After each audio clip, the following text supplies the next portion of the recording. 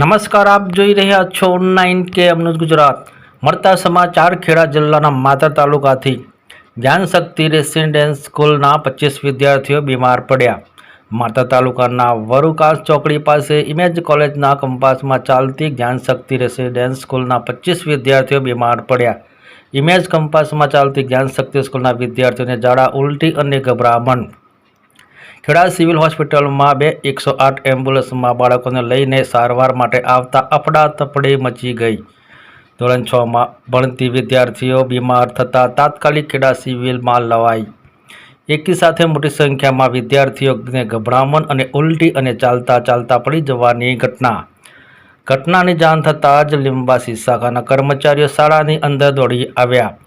ત્યારબાદ જિલ્લાના અધિકારીઓ તેમજ આરોગ્ય તંત્ર દોડી આવ્યું હતું। વિશેષ રિપોર્ટ શૈલેષસિંહ પરમાર, ખેડા જિલ્લા બ્યુરો ચીફ। મારું નામ નીરવ મહેન્દ્રભાઈ ઠક્કર છે। મારી જ્ઞાનશક્તિ શાળા આવેલી છે, એમાં અત્યારે 170 છોકરાઓ અભ્યાસ કરે છે। આમાં સવારે આજે 5-6 છોકરીઓને કંઈક પેટમાં દુખાવાની થોડી કેમ કે ગભરામણ જેવી પરિસ્થિતિ લાગી હતી। એના લઈને એ લોકોએ 108 નંબરની ગાડી બોલાવી અને તેમને સિવિલ હોસ્પિટલ ખાતે લઈ ગયા હતા, ખેડા સિવિલમાં। અને મીનવાઇલ ત્યાં તપાસ કરી અને એક જ બાળકને અત્યારે વધારે થોડી ગંભીર બાબત છે કે જેની અત્યારે બાટલા ચડાવવાની દવાની કોઈ ટ્રીટમેન્ટ ચાલુ છે। બાકીના બાળકોને એમને અત્યારે પરત મોકલવાની વાત કરી છે। આ થવા પાછળનું કારણ શું બન્યું? થોડું સિઝનલ વાયરસ અત્યારે લાગે છે, વાતાવરણ બહુ જ ખરાબ છે। કાલ રાત્રે અહીંયા વરસાદ પણ બહુ પડ્યો છે, એટલે આવા પ્રસંગમાં કદાચ જો બાળકે વધારે કંઈક જમાઈ ગયું કે અપાચાનું પ્રમાણ હોય તો પણ આવું બની શકે છે, એવું અમને લાગી રહ્યું છે। છતાં પણ ડૉક્ટરનો રિપોર્ટ આવે એટલે ખબર વધારે પડશે। પરેશ વાઘેલા, જિલ્લા પ્રાથમિક શિક્ષણાધિકારી ખેડા।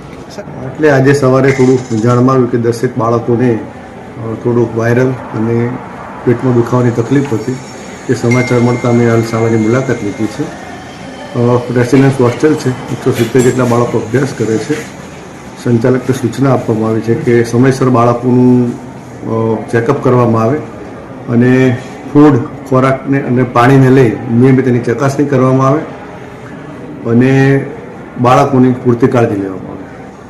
અત્યારે બાળકોમાં એક બાળક એવું છે જેને વોટર ચડાવવાની જરૂર પડી છે, બાકીના બાળકોને નોર્મલ સાદી ખાંસી, શરદી અને તાવની ઇફેક્ટ જણાય છે, એટલે એમને ટ્રીટમેન્ટ આપીને વિદાય કરવામાં આવે છે શિબિરમાંથી। હું ડૉક્ટર વી.એ. ધ્રુવે, મુખ્ય જિલ્લા આરોગ્ય અધિકારી ખેડા।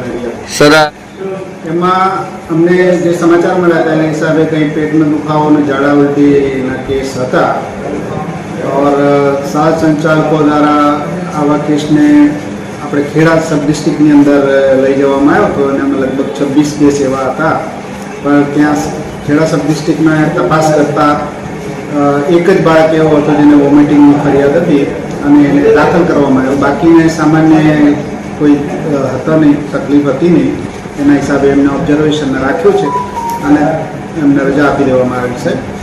और એના સાથે અમે આજે સ્કૂલમાં તપાસ કરી, અમારી ટીમે અહીંયા વિઝિટ કરી, તપાસ કરી, બાળકોની તપાસ કરી અને રસોડા વગેરેની અમે મુલાકાત લીધી।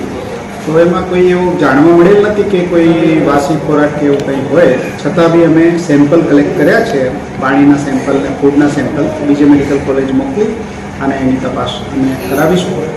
और જેવી પછી